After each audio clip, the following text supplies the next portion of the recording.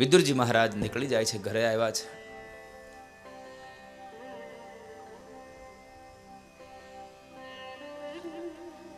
ઘરે આવ્યા, સુલભાનારીને વાત કરે છે. બીજા દિવસનો સમાચાર મળ્યા કે આવતીકાલે પાંડવોના પક્ષમાંથી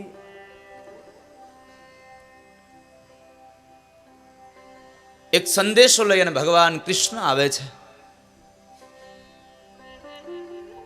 દુર્યોધનને ખબર પડી એટલે આખા હસ્તિનાપુરને શણગાર્યું છે.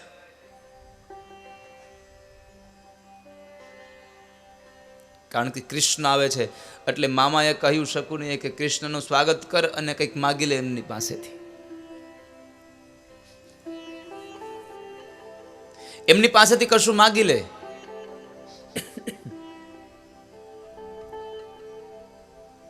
એટલે કોઈકને રાજી કરવા માટે પછી આપણે કંઈક તો કરવું પડે ને. એટલે કૃષ્ણને કંઈક સારું લાગે એટલા માટે થઈ અને દુર્યોધને આખું હસ્તિનાપુરને શણગાર્યું છે. અને આ દુનિયાનો સ્વભાવ છે, આ જગતના લોકોનો સ્વભાવ છે કે કામ હોય તો સરસ મજાના ઘી વાળા લાડવા ખવડાવે, અને જો કામ ન પતે તો ખાટી છાશ ન આપે. સુર નર મુનિ જન સબ કી યહ રીતિ, સ્વાર્થ કારણ સબ કરહી પ્રીતિ. આ દુનિયાના તમામ જીવાત્માનો એક જ માત્ર સ્વાર્થ કામ છે. એટલે પ્રેમ કરો, પ્રીત કરો. કામ પતી જાય એટલે પ્રીત પ્રીતની જગ્યાએ અને આપણે આપણી જગ્યાએ. સ્વાર્થ કારણ સબ કરહી પ્રીતિ. સ્વાર્થના માટે માણસ પ્રેમ કરે છે, અને આપણે જેને પ્રેમ કહીએ છીએ એ પ્રેમ તો છે જ નહીં.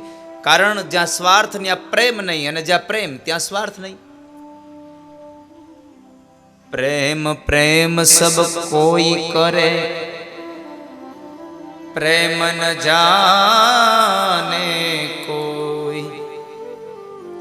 સ્વાર્થ રહિત નિડર રહે, જો પ્રેમ વિનાશો હોય. જેને સ્વાર્થ નથી એ પ્રેમ છે.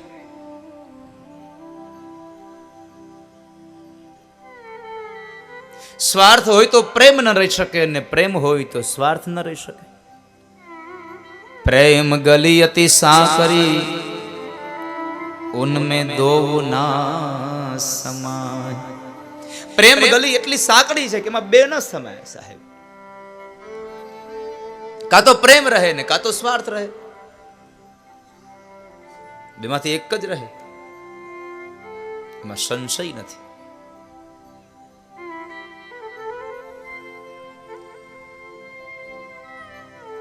બેમાંથી એક રહી શકે. ઇનમે દો ના સમાય.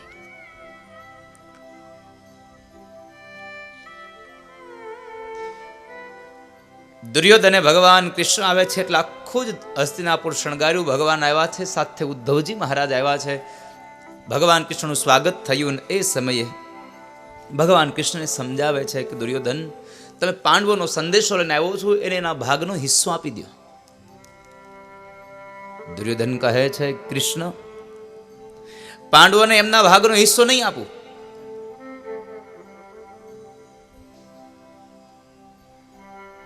એમના ભાગનો હિસ્સો એમને નહીં આપું. ભગવાને બહુ સમજાવ્યો છતાં ન માન્યો. ભગવાન કહે છે 5 ગામ આપી દો. એટલે તમને એમ થાય કે મેં કંઈ આપ્યું નથી, અને પાંડવોને એમ થાય કે અમને 5 ગામ તો આપ્યા. દુર્યોધને ઘસીને ના પાડી કે 100ની અણી ખૂટે એટલી જગ્યા પણ હું આ પાંડવોને નહીં આપું.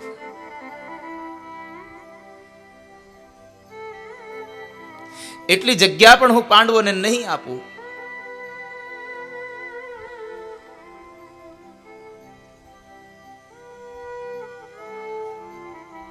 ભગવાને બહુ સમજાવ્યો, ન માન્યો. કહે છે કે જો પાંડવોને એના ભાગનો હિસ્સો જોતો હોય તો મારી સાથે યુદ્ધ કરે, યુદ્ધમાં મને જીતી જાય અને પછી ભલે લઈ જાય. ભગવાન કહે છે યુદ્ધને નિવારો. આ યુદ્ધની અંદર તમારી નહીં જીત થાય, નહીં પાંડવોની જીત થાય, આમાં જીત થશે કાળની. અને લડાઈમાં, ઝઘડામાં તો જીત ક્યાં કોઈની થાય છે? ઝઘડામાં અંતે જીત તો કાળની જ થાય છે. આપણને એમ થાય છે આપણે જીતી ગયા, ના, જીત તો કાળની થઈ છે. ભગવાન કૃષ્ણ સમજાવે છે, દુર્યોધન યુદ્ધ કરશો તો કેટલાય નિર્દોષ માણસો હણાઈ જશે, કેટલી માતાઓ પોતાના દીકરા વગરની થશે, કેટલી સ્ત્રીઓ પોતાના પતિ વગરની થશે, કેટલા બાળકો પોતાના બાપ વિનાના થશે. માટે હું કહું છું કે તમે યુદ્ધને નિવારો અને પાંડવોને 5 ગામ આપી દો. પણ જ્યારે બુદ્ધિ ભ્રષ્ટ થઈ જાય ને, પછી ગમે તેવો માણસ સમજાવવા આવે તો એ માણસ સમજે નહીં. નહીં તો અહીંયા ખુદ ભગવાન સ્વયં કૃષ્ણ હતા અને કહેતા હતા કે તમે સમજી જાઓ.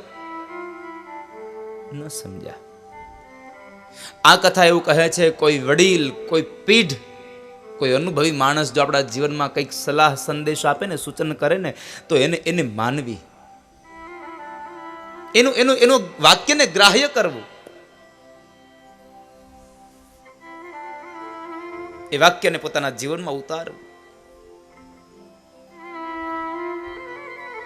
પણ આપણે એ વાક્યને સ્વીકારતા નથી. અંતે પછી આપણે એ પરિસ્થિતિનો આપણે ભોગ બનીએ છીએ. પરિસ્થિતિનો ભોગ બનીએ.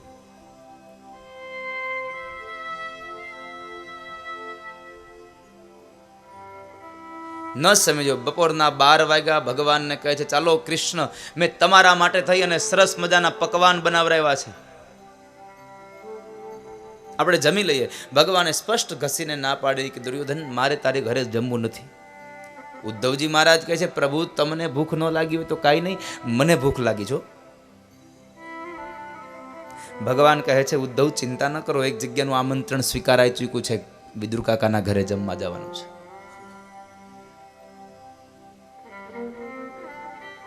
અહીંયા ભગવાને 2 વાક્યમાં જવાબ આપ્યો દુર્યોધનને કે દુર્યોધન, એવા લોકોની ઘરે એવી પરિસ્થિતિ હોય તો જમવું.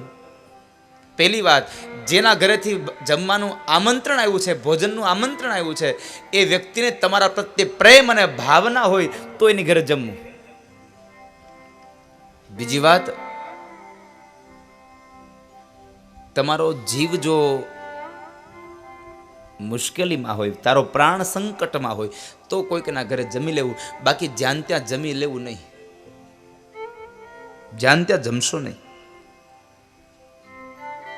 અને આમ પણ જીવનમાં સુખી થવા માટેના 3 માર્ગો છે. 3 વાત જીવનમાં યાદ રાખજો મારી. જ્યાં ત્યાં ન જમશો, જ્યારે ને ત્યારે ન જમશો, જેન તે ન જમશો. આ 3 વાક્ય. જ્યાં ત્યાં ઉભા ઉભા ખાઈ ન લેવું. બીજી વાત, જ્યારે ને ત્યારે ખાઈ ન લેવું. અને ત્રીજી વાત, જેન તે ન ખાઈ લેવું.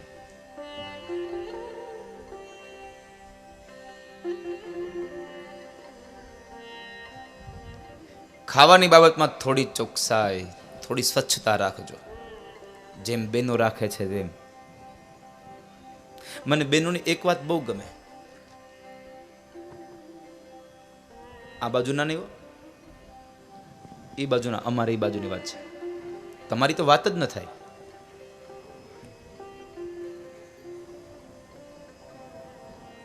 ₹10, ₹20, ₹25 પાણીપુરી ખાઈ લે અને એમાં એકાદી પૂરીમાં વધારે ચટણી આવી જાય ને તીખું લાગે, પાણી શોધે ચારે બાજુ. એટલે ઓલો એમ કહે, જો અહીંયા આ ટીપ ભરી છે, પી લ્યો. એટલે શું કહે ખબર છે, અમે ફિલ્ટર વગરનું પાણી પીતા જ નથી. થોડી વાર પહેલા જોયું તો ઓલો કોણી સુધી હાથ પલાળતો હતો.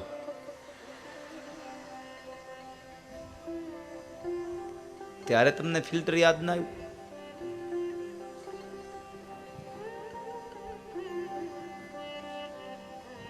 પાણીપુરી, પાણીપુરી યાદ કરી તો અમુક અમુકને તો રૂમાલ લેવા પડશે હાથમાં.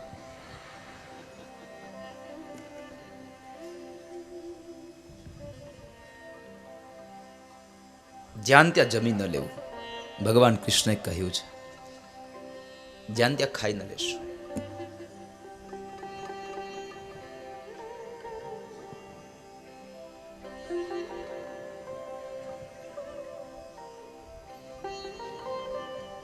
ભગવાને ભોજન ન કર્યું અને વિદુર કાકાના ઘરે ગયા છે. વિદુર કાકાએ ભગવાનની આગતા સ્વાગતા કરી, ભગવાનને બેસાડ્યા છે અને ભગવાન એમના ઘરે બપોરનું મધ્યાંતરનું ભોજન, બાજરાનો રોટલો અને એને તાંદળિયાની ભાજી ખાધી કૃષ્ણ. આજે પણ એમ કહેવાય છે કે ભગવાનને 56 ભોગ ધરાવો તો એ 56 ભોગની અંદર ભગવાનને બાજરાનો રોટલો અને તાંદળિયાની ભાજી ન અર્પણ કરો ત્યાં સુધી ઠાકોરજી ભોગ નથી ધરતા, એ સ્વીકારતા નથી. આવું મહાપુરુષોના મુખારવિંદથી સાંભળ્યું છે. સાચું તમારો રામ જાણે. એક બાજુ એમ થાય કે આ મહાપુરુષો આમ કહે છે, અને એક બાજુ એમ થાય કે સુલભા નારીના ઘરે ભગવાને તાંદળિયાની ભાજી અને બાજરાનો રોટલો ખાધો, એના પહેલા એક વસ્તુ ખાધી હતી. ભગવાને કહ્યું, વિદુર કાકા ભૂખ લાગી છે.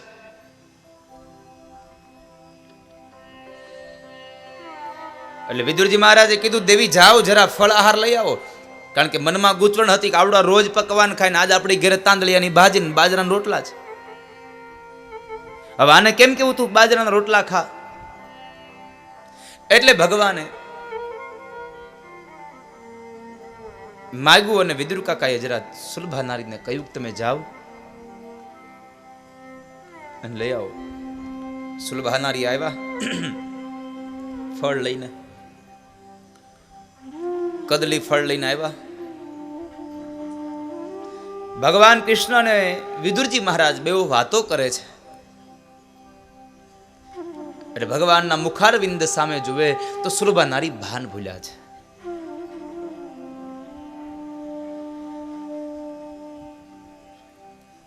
ફળ હાથમાં લઈ કેળાની છાલ ઉતારી, છાલની મધ્યમાં રહેલા ફળને કાઢી નીચે મૂકે અને એટલા ભાવ વિભોર બન્યા, ભગવાનના હાથમાં કેળાની છાલ આપે અને ઈ કનૈયો વળી પાછો કેળાની છાલ હસ્તે મુખે સ્વીકારી અને ખાવાની તૈયારી કરે. જો માણસ ભાવથી આપે ને તો ભગવાન છાલ પણ ખાય છે. જો માણસ ભાવથી આપે તો.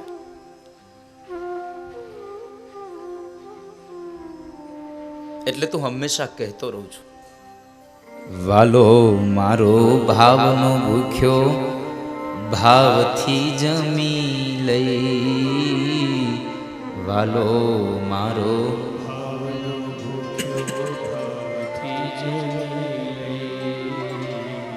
વાલો મારો ભાવનો ભૂખ્યો ભાવથી જમી લઈ. વાલો મારો. ભગવાન ભાવનાઓના ભૂખ્યા છે. વ્રજ વૃંદાવનનો એક પ્રસંગ છે. ભગવાન કૃષ્ણે ગોપીએ કહ્યું, કનૈયા તું મારા ઘરે જમવા આવીશ? ભગવાન કહે છે, હા ગોપી તારા ઘરે આવીશ, કાલ બપોરે તારી ઘરે જમીશ. ગોપી તો એટલી હરખાઈ ગઈ, ગાંડી ઘેલી થઈ ગઈ. ઘરે ગઈ, રાત્રિના સમયે એમને નીંદર ન આવી, કારણ કૃષ્ણ કાલ મારી ઘરે જમવાનો છે, કૃષ્ણ મારી ઘરે જમવાનો છે. આ જીવનમાં બે વસ્તુઓ આપણને રાત્રિના સમયે ઊંઘ ન આવવા દે. એક, આજના દિવસમાં થયેલું આપણાથી કોઈ પણ ખરાબ કામ રાત્રે નીંદર ન આવવા દે. કદાચ બીજી વ્યક્તિને ન ખબર હોય તો કઈ નહીં, પણ તમારા માનસની અંદર જે વાતને ખબર છે એ વિચારો તમને નીંદર ના આવવા દે. અને બીજું, આવતીકાલ તમારા હાથે થનારું સારું કર્મ એ તમને નીંદર ના આવવા દે. આ બે વસ્તુ એવી છે જે નીંદર ના આવવા દે. ગોપી આખી રાત આમથી આમ પથારીમાં તડફડિયા મારીને વહેલી સવારમાં જાગી ગઈ. નાઈ ધોઈ પરવારી અને એ પાણી ભરવા વહી ગઈ. આખું પદ તો બહુ લાંબુ છે, બધાએ તમે સાંભળ્યું છે.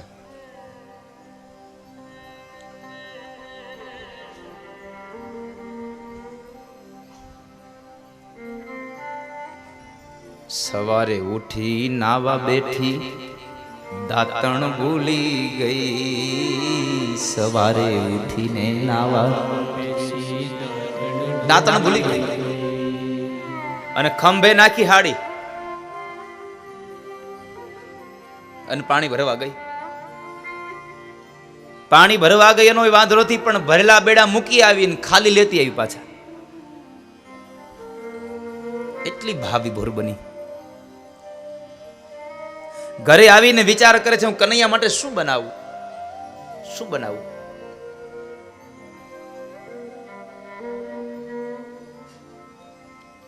અંતે નક્કી કર્યું કે લાવ આજ પૂરી અને ખીર બનાવું.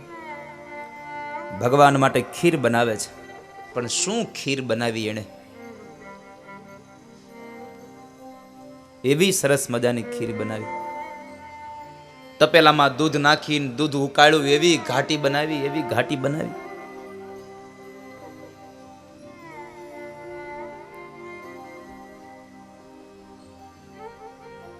પણ એક વાંધો પડ્યો. ખીર મીઠી બનાવવા હાટું નાખવી પડે ખાંડ, અને આને નાખ્યું મીઠું. ખોબો ભરીને મીઠું નાખ્યું, ખીર ખારી થઈ. ખોબો ભરીને મીઠું નાખ્યું, પૂરી વણી નાખી પણ તળતા ભૂલી ગઈ. પૂરી વણીને તૈયાર કરી, પૂરી વણીને તળતા ભૂલી ગઈ. કાનાને નોતરું દીધું રે, કાના નોતરું દીધું, ગોપી ભાન ભૂલી ગઈ, ગાંડી ગેલી થઈ.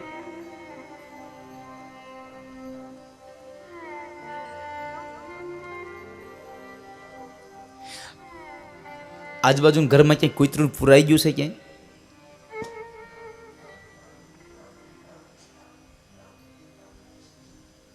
તમારા ઘરે, તમારે સામેના ઘરે પુરાઈ ગયું છે, અંદર પાડ્યું છે? સારું લ્યો, કૂતરાને રજકો નાખો બંધ થાય.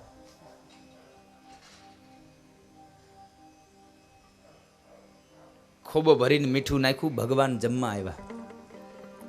આપણે જમાડીએ. ભગવાન જમવા આવ્યા.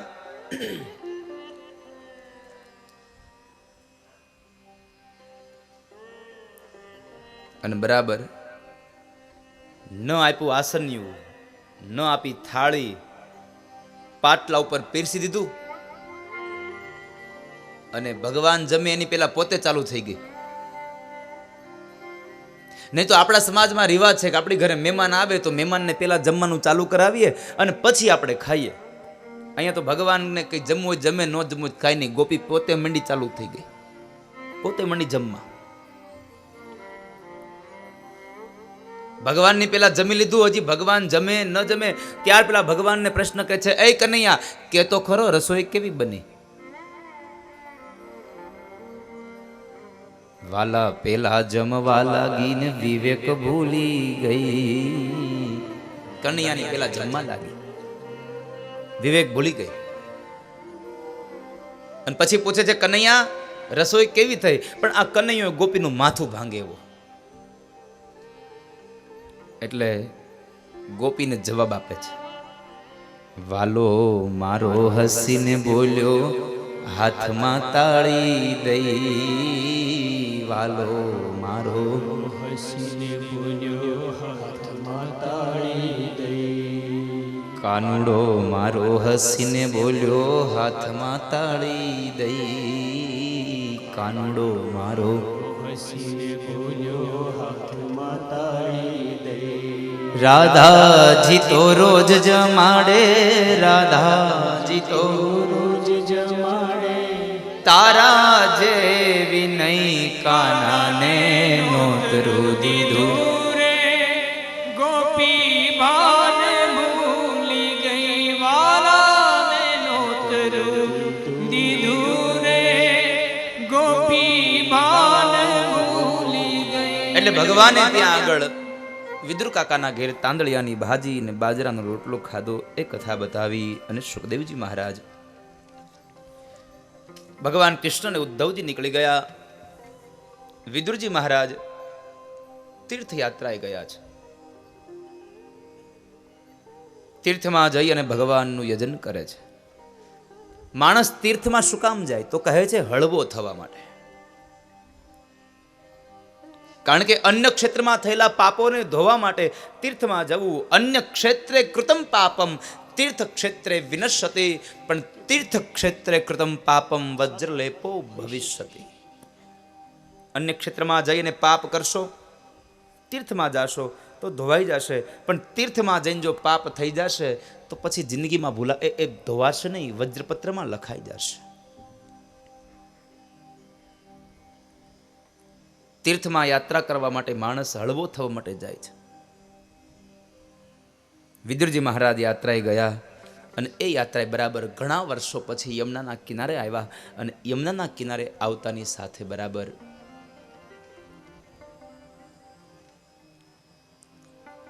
જ્યાં યમુના કિનારે પહોંચ્યા તો ત્યાં એમને ભગવાનના અંતરંગ સખા ઉદ્ધવજી મહારાજ મળ્યા છે. ઉદ્ધવજી મહારાજ એમને મળ્યા અને ઉદ્ધવજી મહારાજને ભગવાન કૃષ્ણના કુશળ સમાચાર પૂછ્યા છે. અને ભગવાન કૃષ્ણના કુશળ પૂછે એટલે ઉદ્ધવની આંખના ખૂણા ભીના થયા અને ઉદ્ધવ કહે છે, કાકા તમે જે કૃષ્ણની વાત કરો છો એ કૃષ્ણ હવે આ દુનિયામાં રહ્યા નથી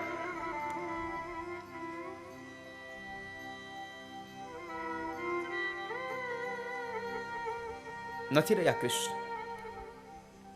કૃષ્ણ દુનિયામાં નથી રહ્યાના સમાચાર સાંભળ્યા અને વિદુરની આંખોમાંથી અશ્રુની ધારા વહી પડી.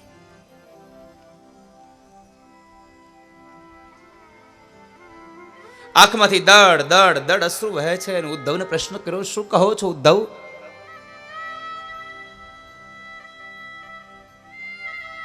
કૃષ્ણ નથી રહ્યા? હા કાકા, કૃષ્ણ ધરતીમાં નથી રહ્યા. હવે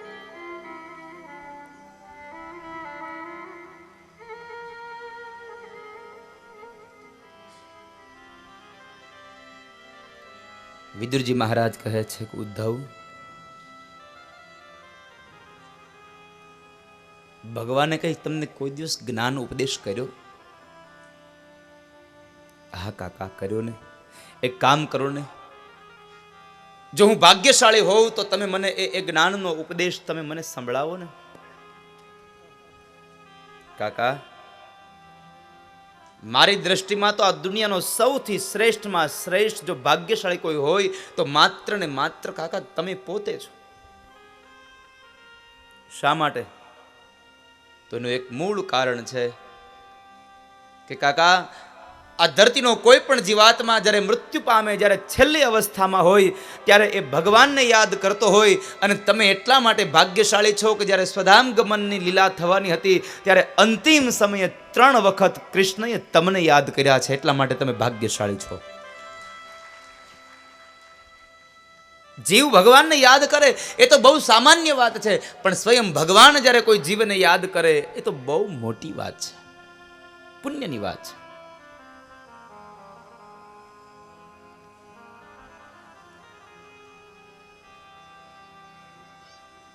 કાકા, જ્ઞાનનો ઉપદેશ જો સાંભળવો હોય તો ગંગા નદીના કિનારે મૈત્રેય ઋષિના આશ્રમમાં જાજો અને ત્યાં આગળ તમને જ્ઞાનનો ઉપદેશ મળશે. કારણ સ્વયં ભગવાન કૃષ્ણએ મૈત્રેય ઋષિને તમારી વાત કરી છે, માટે તમે જાજો. એક રાત્રિ ભગવાનના અંતરંગ સખા યમુનાના કિનારે રોકાયા. સવારનો સૂર્ય ઉદય થયો. નિત્ય કર્મ કરી પરવારી વિદુરજી મહારાજ નીકળ્યા છે અને સીધા આવ્યા છે મૈત્રેય ઋષિના આશ્રમમાં. અને મૈત્રેય ઋષિએ પણ એનું સ્વાગત કર્યું, એમને બેસાડ્યા છે. અને મૈત્રેય ઋષિને પ્રથમ પ્રશ્ન કર્યો છે એ વિદુરજી મહારાજે. પેલો પ્રશ્ન, મેઘ, ચારુ,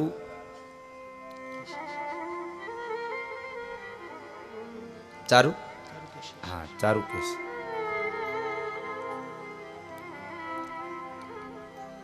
અહીંયા ચારુ કેસી, અહીંયા કેસરી.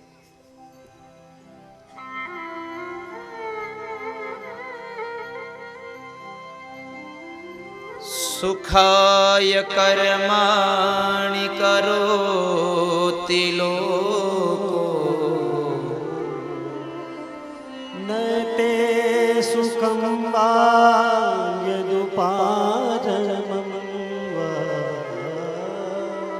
વિંદેત ભૂયસ્તત એવ દુઃખમ યદત્ર યદત્ર યુક્તમ ભગવાન પરેણ. મહારાજ, એક વાતનો જવાબ આપો. આ દુનિયામાં જે જીવાત્મા સુખ પામે છે, જે જીવાત્મા દુઃખ પામે છે, સુખાય કર્માણી લોકો. જે જીવનમાં સુખ પામે, જે જીવનમાં દુઃખ પામે છે, એનું મૂળ કારણ શું છે? સુખ અને દુઃખની પાછળનો મૂળ હેતુ શું છે? જો એક વાત મારી ભાષામાં કહેવા જાવ તો એટલું કહી શકું કે આ દુનિયામાં સુખ અને દુઃખ એ માણસ પોતાના મનથી જ સુખ પામે છે અને માણસ પોતાના મનથી જ દુઃખને પામે છે. એમાં કોઈ સંશય નથી. જે પણ પરિસ્થિતિ ભગવાને નિર્માણ કરી છે આપણા જીવનમાં, એ પરિસ્થિતિને કદાચ સમજો કે બસ આ મારું ભાગ્ય છે, તો માણસ દુઃખી નહીં થાય. પણ થાય છે એવું દુઃખી થવાનું મૂળ કારણ આપણે આપણી જાતે છીએ. ભગવાને જે વસ્તુ આપણને આપી હોય, જે સંપદા આપી હોય, એનો સદુપયોગ ન કરીએ, એનો સંગ્રહ કરીએ. ભગવાને જે સંપદા આપી છે, જે આપણને આપ્યું છે, સુખ આપ્યું છે, એને આપણે મૂકી રાખીએ અને જે નથી આપ્યું એને મેળવવા માટે થઈ એટલા દોડીએ અને એ મળે નહીં ત્યાં સુધી દુઃખી થઈએ. એટલે એમાં ને એમાં બને છે એવું, જે મેળવ્યું હતું એનો પણ ઉપયોગ કર્યો નહીં, એનું સુખ માણ્યું નહીં.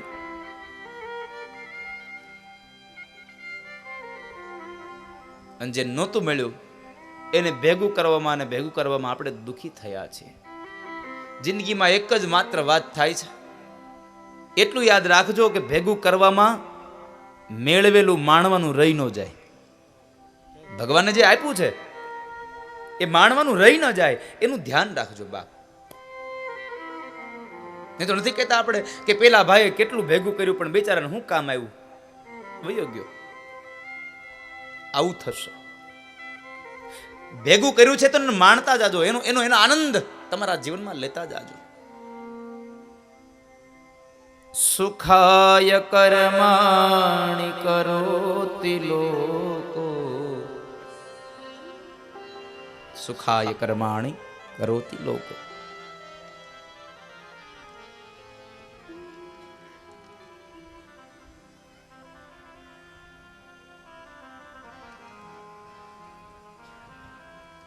મહારાજ, જીવ દુઃખી થાય અને સુખી થાય એની પાછળનું મૂળ કારણ તો સ્વયં ભગવાન કૃષ્ણ ગીતાજીમાં બોલ્યા છે. કર્મણ્યેવાધિકારસ્તે મા ફલેષુ કદાચન.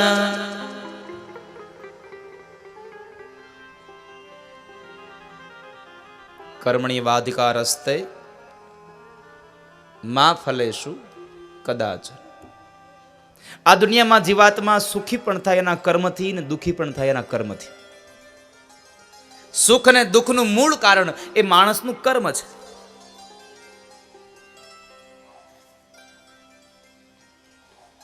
ત્યારબાદ ભગવાને આ સૃષ્ટિનું નિર્માણ કર્યું એની કથાની વાત બતાવે. મનુ અને શત્રુપાના આવિર્ભાવની કથા છે.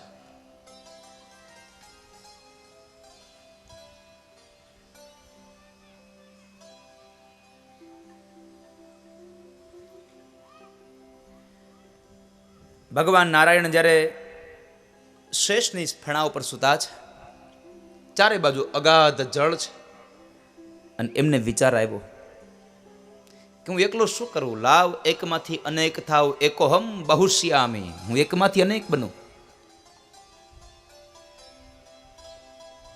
એટલે એમણે સૌ પ્રથમ પોતાની નાભીમાંથી એક કમળ ઉત્પન્ન કર્યું. કમળ ઉપર બ્રહ્માજીની ઉત્પત્તિ કરી અને બ્રહ્માજીને કહે છે કે જાઓ બ્રહ્મા, તમે સજીવ સૃષ્ટિની રચના કરો.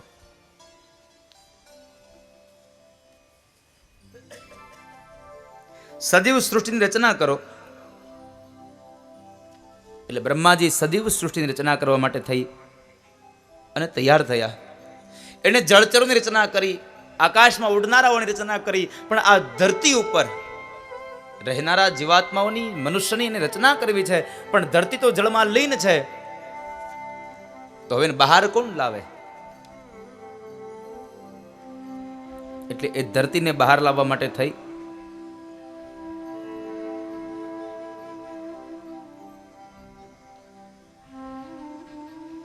અને એમણે ભગવાન નારાયણને પ્રાર્થના કરે છે, પ્રભુ આ ધરતીને હું બહાર નહીં લાવી શકું, તમે મને બહાર લાવી દો તો હું મૈથુની સૃષ્ટિનું સર્જન કરું. ભગવાન નારાયણે એ મૈથુની સૃષ્ટિના સર્જન માટે આ ધરતીને જે જળમાં છે એમને લેવા જવા માટે થઈ અને સૌ પ્રથમ ભગવાને વરાહ અવતાર ધારણ કર્યો. બોલીએ વરાહ નારાયણ ભગવાન કી. ભગવાન વરાહનું પ્રાગટ્ય થયું. ભગવાન ગયા છે અને એ પૃથ્વીને જ્યારે એ પૃથ્વીના ગોળાને લઈ અને ભગવાન આવે છે ત્યારે દાઢ વડે ખેંચીને લાવનારી એ પૃથ્વીને સામે એક હિરણાક્ષ નામનો અસુર આવીને ઉભો રહ્યો અને કહે છે, છોડી દે, છોડી દે, આ ધરતી મારી છે, આ ધરતી મારી છે. ભગવાન કહે છે, હજી બાર લઈને ગયો નહીં ત્યાં તો મીંડો કેવા હોતે, મારી છે, મારી છે, મારી છે. ભગવાન કહે છે, આ ધરતી કોઈની નથી, આ પૃથ્વી કોઈની નથી, આ તો સૌ કોઈની છે.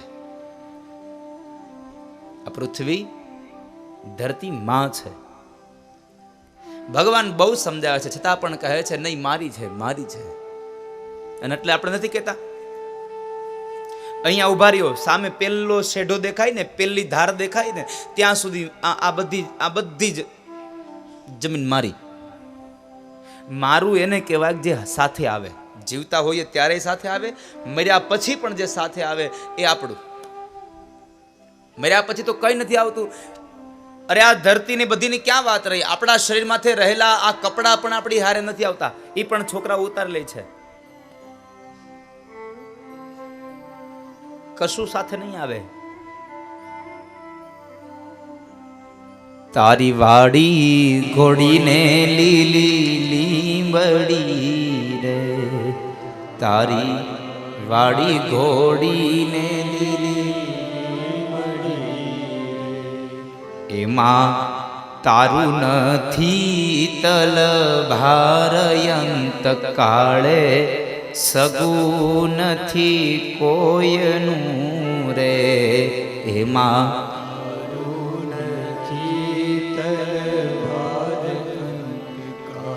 એમાં તારું એક પણ તલભાર નથી. શા માટે તું આ જિંદગી વ્યર્થ કરે છે? એ મારું મારું કરીને ધન મેળવ્યું રે, મારું મારું કરીને ધન મેળવ્યું રે. એમાં તારું નથી તલ ભારયંત કાળે, સગું નથી કોયનું રે. એમાં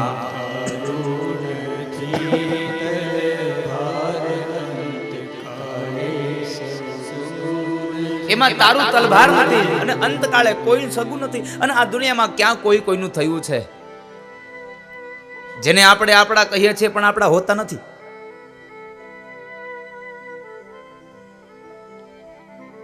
એમાં આપણું કોઈ નથી હોતું.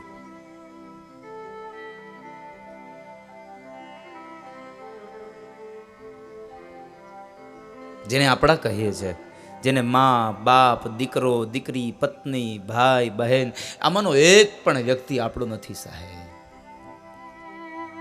એક પણ નહીં.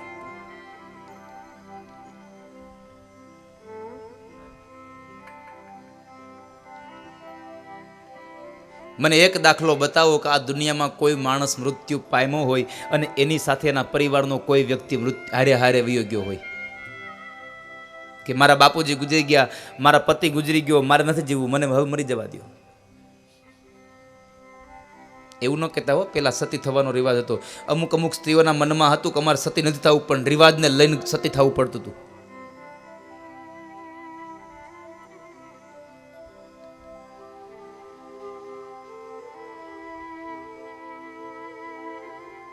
રિવાજોને લઈને થવું પડતું હતું.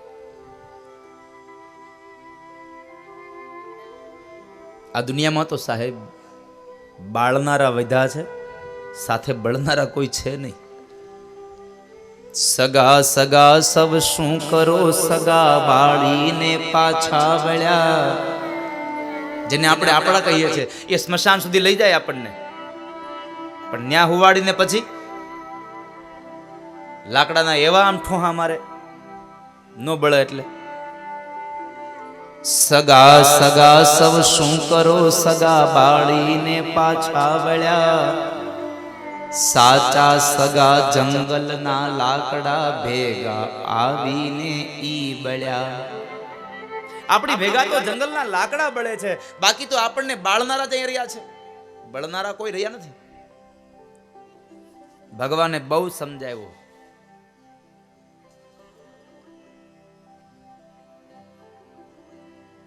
કે હે જીવાત્મા, તું સમજ,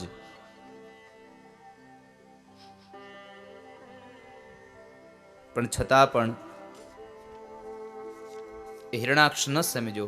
ભગવાન સાથે યુદ્ધ કર્યું અને ભગવાને હિરણાક્ષને માર્યો છે. વિદુરે પ્રશ્ન કર્યો, બાપજી આ હિરણાક્ષ કોણ? મૈત્રેય કહે છે દિતિનો પુત્ર. અરે પણ દિતિ તો દેવોની માતા, તો એના ઉદરમાં આ અસુર ક્યાંથી? સાંભળ, દિતિ અને કશ્યપ જ્યારે સંધ્યાના કાળે પોતાના આશ્રમની અંદર બેઠા છે, એ સંધ્યાના કાળે દિતિના મનની અંદર કામ પ્રવેશ કર્યો. એટલે દિતિએ પોતાના પતિને કામ ભોગવવા માટેનો પ્રસ્તાવ રાખ્યો, પણ કશ્યપ મુનિ ના પાડે છે કે દેવી આ સંધ્યાનો કાળ છે અને સંધ્યાનો સમય ભોગ ભોગવવાનો નહીં, ભોજન કરવાનો નહીં, ભજન કરવાનો કાળ છે. સંધ્યાનો કાળ એટલે ભજન કરવાનો સમય છે. એટલે તો દિયાથમે આપણા ગામમાં રામજી મંદિરે આરતી થાય છે, નકર રોંઢે પૂજારી નવરાજ હોય, કરી ન લે.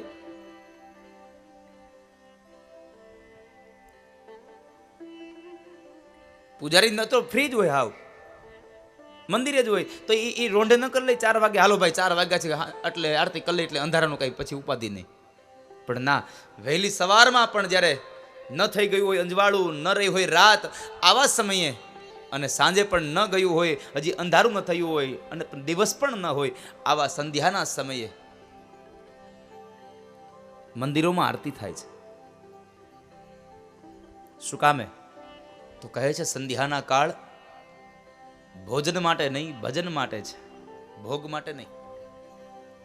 પણ આપણે આખો દિવસ રામજી મંદિરે બેસીએ અને આમ ચોકમાંથી પૂજારીને આવતા જોઈ જાય એટલે કે હાલો હાલો વાળુટાણું થઈ ગયું, એટલે આપણે ઘરે વ્યા જાય. આખો દિવસ રામજી મંદિરે બેસી.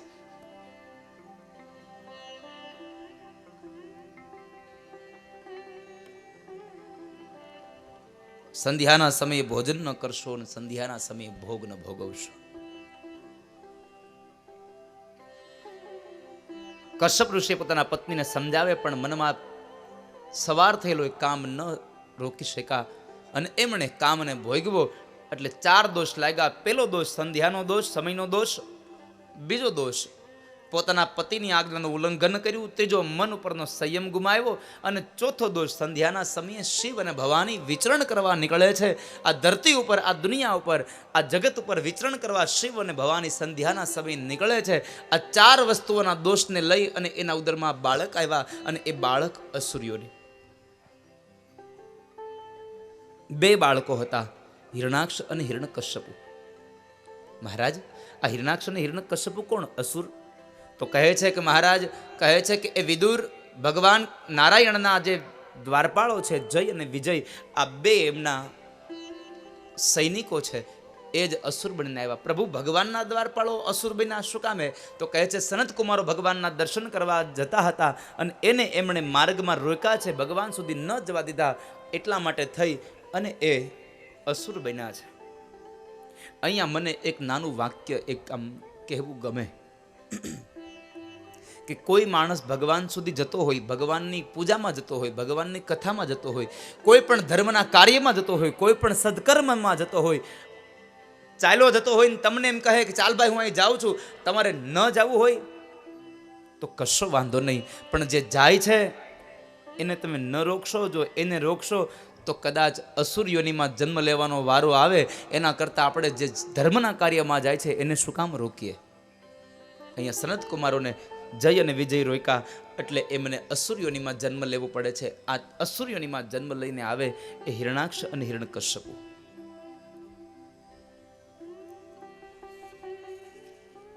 અહીંયા આગળ ભગવાને હિરણાક્ષને માર્યો. ત્યારબાદ ભગવાને ધરતીને લાવી, ધરતીને શેષ નારાયણની ફણા ઉપર પ્રસ્થાપિત કરી. બ્રહ્માજીને આજ્ઞા કરી, જાઓ બ્રહ્મા તમે સજીવ સૃષ્ટિની રચના કરો. એમણે માનસપુત્રની રચના કરી. માનસપુત્રોએ સંસાર ન સ્વીકાર્યો. ત્યારબાદ એમણે મનુ અને શત્રુપા રાણી, એક સ્ત્રી અને એક પુરુષનું જોડલું ઉત્પન્ન કર્યું. અને એમને જ્યારે સંસાર સ્વીકારવાનું કહ્યું, એમણે સંસાર ચલાવ્યો. એમને ત્યાં 3 દીકરીઓ અને 2 દીકરાઓ થયા. દેવહૂતિ, આકૃતિ અને પ્રસૂતિ, આ 3 દીકરી થઈ. ઉત્તાનપાદ અને પ્રિયવ્રત રાજા, આ 2 દીકરાઓ થયા છે.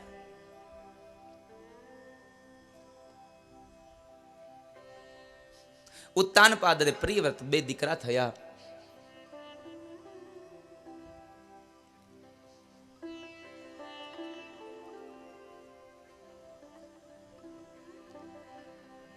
ધીમે ધીમે સમય વ્યતીત થયો અને એમાં બરાબર ભગવાન બ્રહ્મા કરદમ ઋષિને કહે છે કે કરદમ, તમે સંસારનો સ્વીકાર કરો. હવે બ્રહ્માજી, તમે મને સંસાર સ્વીકારવાની વાત કરો છો, પણ હું સંસાર કેમ સ્વીકારું? હું સંસાર સ્વીકારું પણ મારે ત્યાં બ્રહ્મ જેવો દીકરો થાય તો મારું દાંપત્ય જીવન દિવ્ય બને, નહીં તો મારું જીવન સારું ન જાય. બ્રહ્માજી કહે છે, કામ કરો, તમે ભગવાન નારાયણની ઉપાસના કરો. ભગવાન નારાયણ જો મળે, પ્રસન્ન થાય, તો એમને તમારી આ સંકલ્પની વાત કરજો, એમને તમારા વિચારોની વાત કરજો. ભગવાન તમારું સારું કરશે, ભગવાન તમારું શ્રેય કરશે. અને એ સમયે કરદમ ઋષિ ભગવાન નારાયણની ઉપાસના કરે.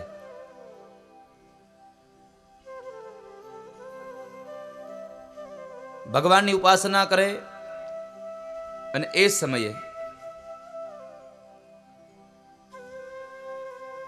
કરદમ એમ કહે છે, પ્રભુ હે નારાયણ, જેને આ ભવસિંધુ પાર કરવાની જેને ઈચ્છા છે, એમને આપના ચરણ આ ભવસાગરને તાર કરવા માટે, તરી જવા માટે તમારા ચરણ એને નૌકા સમાન છે. જે તમારા ચરણને નૌકા સમાન ગ્રહણ કરે છે, આશ્રય કરે છે તમારા ચરણારવિંદનો, એમને આ ભવસાગરમાંથી તરે છે. અને આ દુનિયામાં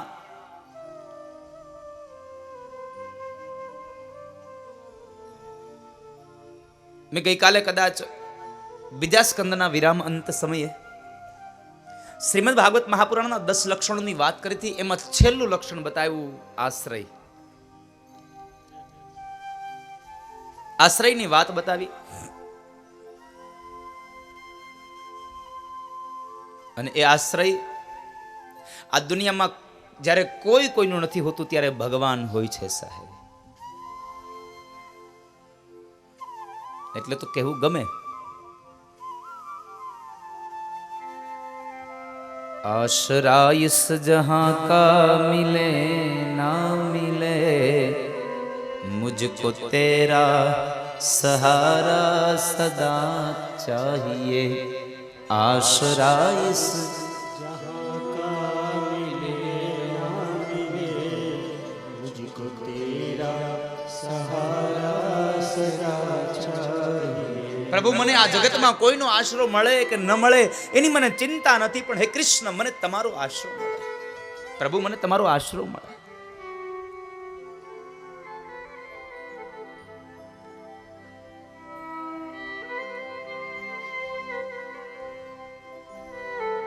મને તમારો આશરો મળે.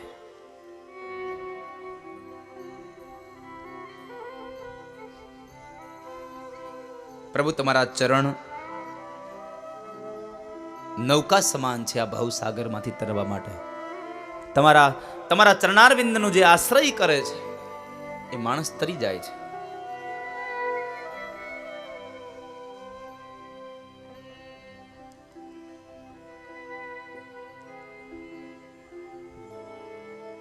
એવી આ માયાની જાળમાં ફસાણો હોય પણ તમારા ચરણારવિંદમાં આવે એટલે ભગવાન માયાની જાળમાંથી તમે એને મુક્ત કરો છો.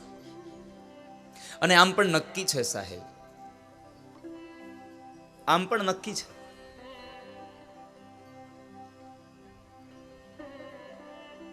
આ બધા એનાથી પરિચિત હશો કે પેલો માછીમાર જ્યારે માછલી પકડવા માટે જાય અને આમ જાળ ફેલાવે, માછીમારથી દૂર રહેલી કેટલી માછલીઓ છે એ બધી જ માછીમાર એની જાળમાં પકડી શકે, પણ માછીમારના પગની આજુબાજુમાં જેટલી માછલીઓ રમે છે એમાંથી એક પણ માછલી માછીમાર એની જાળમાં ફસાવી શકે નહીં. એમ અહીંયા પણ એવું છે. આ દુનિયા ઉપર ભગવાને માયાની જાળ ફેલાવી છે અને આ માયાની જાળમાંથી જેને મુક્ત થવું હોય એને ભગવાનના શરણનો આશ્રય કરવો, જેથી કરીને માયાની જાળમાં ફસાઈએ નહીં આપણે.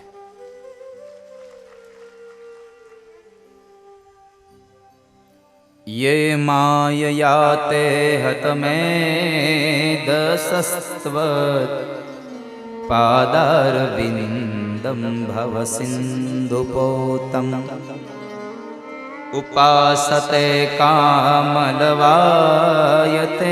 श्याम राशिष कामा निरये पियेस्युः. તમારી માયાની આ જાળમાંથી છૂટવા માટે પ્રભુ માત્ર એક આપનું આશ્રય. ભગવાન પ્રસન્ન થયા અને કરદમ ઋષિને કહે છે, માગો કરદમ, હું શું આપું તમને? હું શું આપું તમને? હવે કરદમ ઋષિ મૂંઝાણા. ભગવાનને કેમ કેવું તમે મારા દીકરા બનો? આ જગતના બાપને એમ કેમ કેવું તમે મારા દીકરા બનો?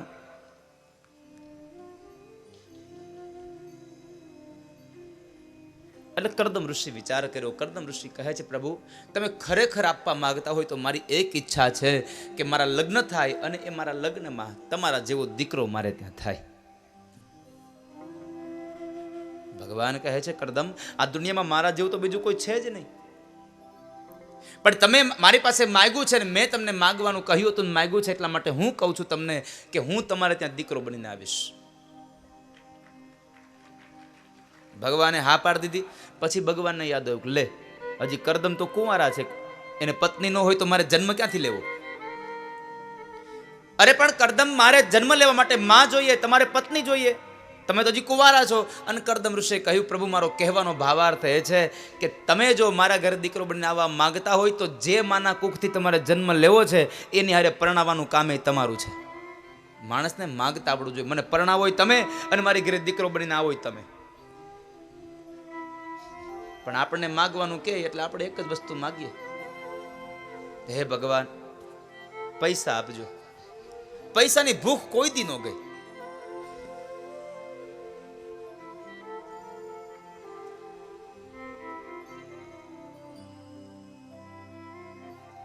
ગમે તેમ કરશો, ભાગ્યથી મોટું આ દુનિયામાં કશું નથી સાહેબ.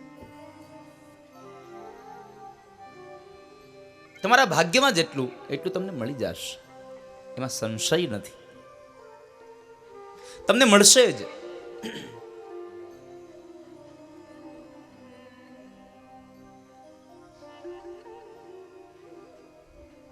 એનો કોઈ સંશય નથી. મેં આગળના દિવસમાં પણ કહ્યું હતું, માગીને ખોટ ખાવી એના કરતા ન માગવામાં મજા છે સાહેબ.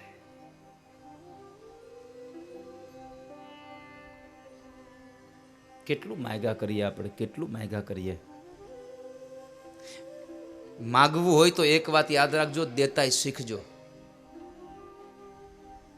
માગવું હોય તો દેતા શીખજો. બેંકમાંથી પૈસા ઉપાડવા હોય તો પેલા જમા કરાવવા પડે. એમને ન મળે.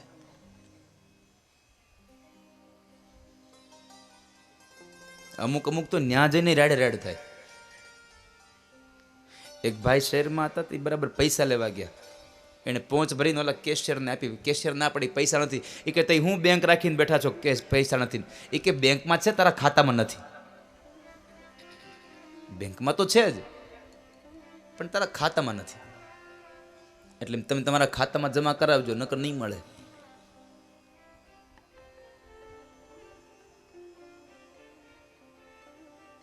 તમે એટલો વિચાર કરો કે જો સામાન્ય આ ધરતીનો એક માણસ પણ તમારા ખાતામાં પૈસા ન હોય અને તમને પૈસા ન આપતો હોય તો આવડવા ક્યાંથી પછી આપી દે?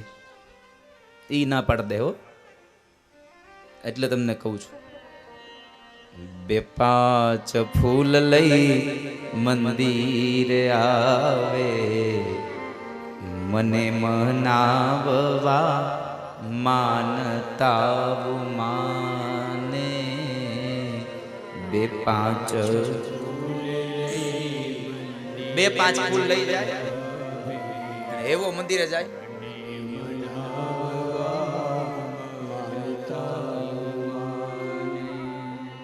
તમે જોજો કેટલા રૂપિયાની વસ્તુ લઈ જાય અને કેટલું માગી આવે. 25 રૂપિયાનું શ્રીફળ લે, એક શ્રીફળ 25 રૂપિયાનું. 5 રૂપિયા વધારે આપણે રાખીએ. 5 રૂપિયાની ઈ અગરબત્તી લે, 30 રૂપિયા થયા. 50 રૂપિયાના પેંડા લે, કેટલા થયા? 80 રૂપિયા થયા. 20 રૂપિયાનો હાર લે, 100 રૂપિયા થયા. અને 10 રૂપિયાની એક કલર ઝેરોક્સ લે. શેની? તો કે મેં આજ 2 લાખ રૂપિયાની લોટરી લીધી છે, એની કલર ઝેરોક્સ કરાવે ને ભગવાનને ત્યાં આપે. આ બધું ધરે અને પછી ભગવાનને કે પ્રભુ જ્યારે આ લોટરીની ટિકિટ ખુલે ને ત્યારે મારા નંબર તમે યાદ રાખજો. એટલે તારા 100 રૂપિયામાં 2 લાખ લોટરી આને દેવાની?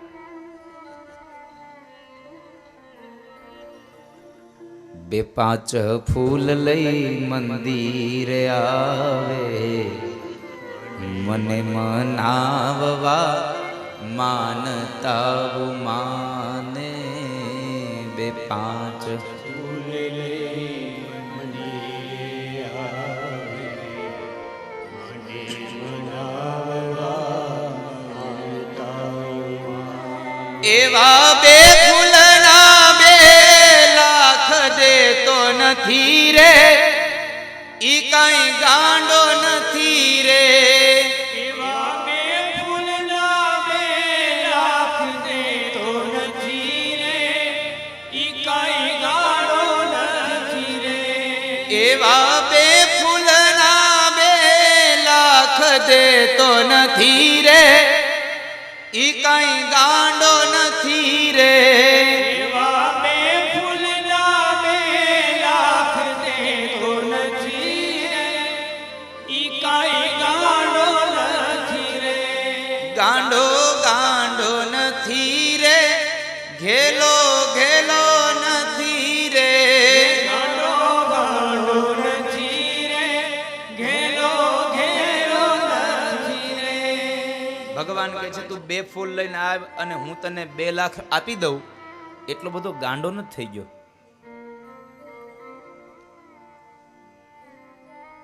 માણસને માંગતા આવડવું જોઈએ. ભગવાન પાસે માગ્યું કરદમ ઋષિ, અને ભગવાન કહે છે ભલે કરદમ,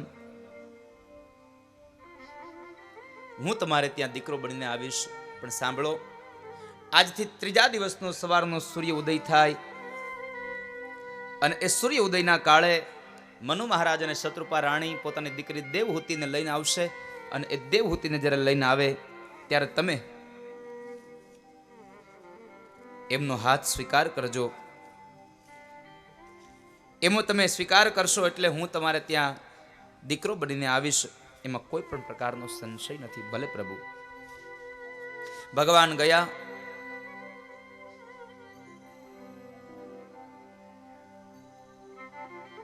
ત્રીજા દિવસનો સૂર્ય ઉદય કાળ થયો. મનુ મહારાજ અને શત્રુપા રાણી આવે છે પોતાની દીકરીને લઈને. દીકરીનો હાથ દેવાની વાત કરી કરદમ ઋષિને. કરદમ ઋષિએ એક શરત કરી છે, તમારી દીકરીને પૂછી જુઓ કે મારે ત્યાં સંસારમાં એક દીકરો થઈ જશે પછી હું સંસાર છોડીને જતો રહીશ, પછી હું સંસાર નહીં ચલાવું.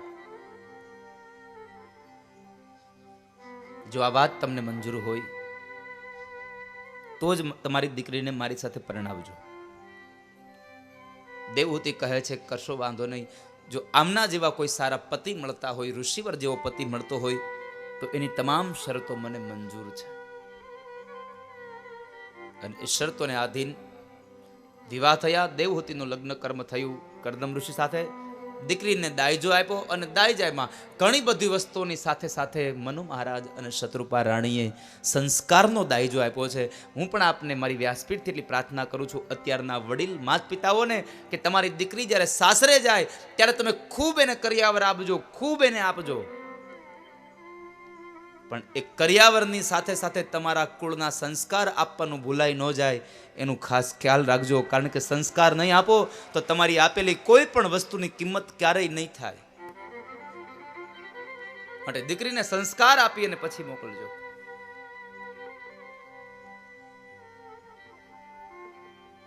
કદાચ થોડી ઘણી વસ્તુ ઓછી લઈ ગઈ હશે પણ એની રહેવાની ત્યાં રીત સારી હશે, બધાની સાથે હળી મળીને રહેવાની જો રીત હશે તો સાસરિયાઓમાંથી કોઈ દિવસ દુઃખનો પ્રશ્ન નહીં આવે.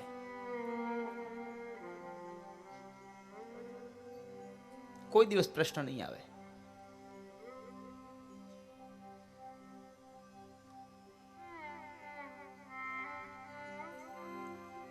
એટલા માટે દીકરીને સંસ્કારનો દાયજો આપજો.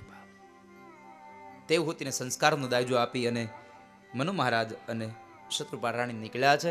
આ બાજુ દિવ્ય દાંપત્ય જીવન ચાલ્યું. ધીમે ધીમે દિવ્ય દાંપત્ય જીવન ચાલ્યું. ઘણો સમય વ્યતીત થયો અને એ સમયના કાળમાં કરદમ ઋષિ દેવહૂતિની આ સેવાથી ખૂબ પ્રસન્ન થયા અને કહે છે કે મનુપુત્રી માગો, શું આપું તમને, હું તમારી સેવાથી પ્રસન્ન થયો છું. આજે દેવહૂતિનું જીવન ધન્ય બન્યું. પોતાનો પતિ પોતાની સેવાથી રાજી થયો છે.